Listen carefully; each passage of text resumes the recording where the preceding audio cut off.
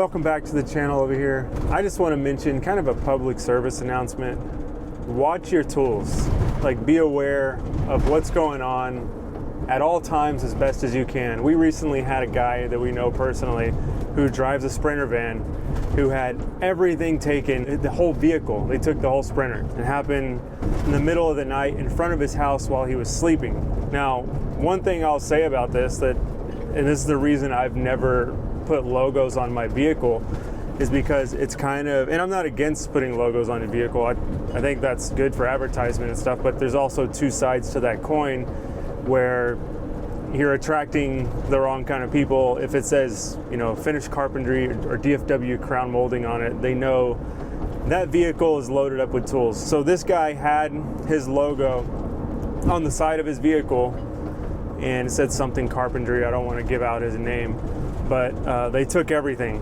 And thankfully the insurance is helping them out a little bit, but you know how insurance is. It's like they're never there for you. They never want to help. They never want to do a payout. They always want to have some kind of excuse to where they don't have to pay or not pay as much. So one thing I'm going to do, like within the next week, is document everything I have, because I was like getting like an assessment in my mind of what I own and what I roll around with in the truck here, in the van. And I'm putting my value in tools like somewhere around, I actually don't even want to say it because I'm putting, I'm like putting a target on myself. I would just be devastated if something happened. And I went with the crew van, so I made it like a little bit easier for someone to just smash my windows. So I'm thinking of a way to like secure my stuff even while it's in here, whether that's running a cable through my sustainers and my Capex or all the stuff that I carry with me.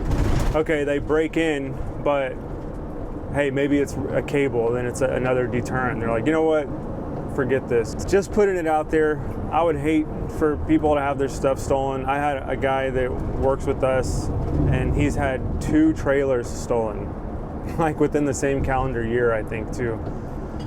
If it wasn't the same calendar year, they were like really close thefts, and basically you have to rebuild. The insurance will give you what they'll give you if you even have your tools insured. I know a lot of guys don't. Even if you have liability insurance for your builder or for your homeowners, you may not have it for your tools. I did have it written into my policy where I have a certain amount of tools that they will reimburse me for if something like that happens.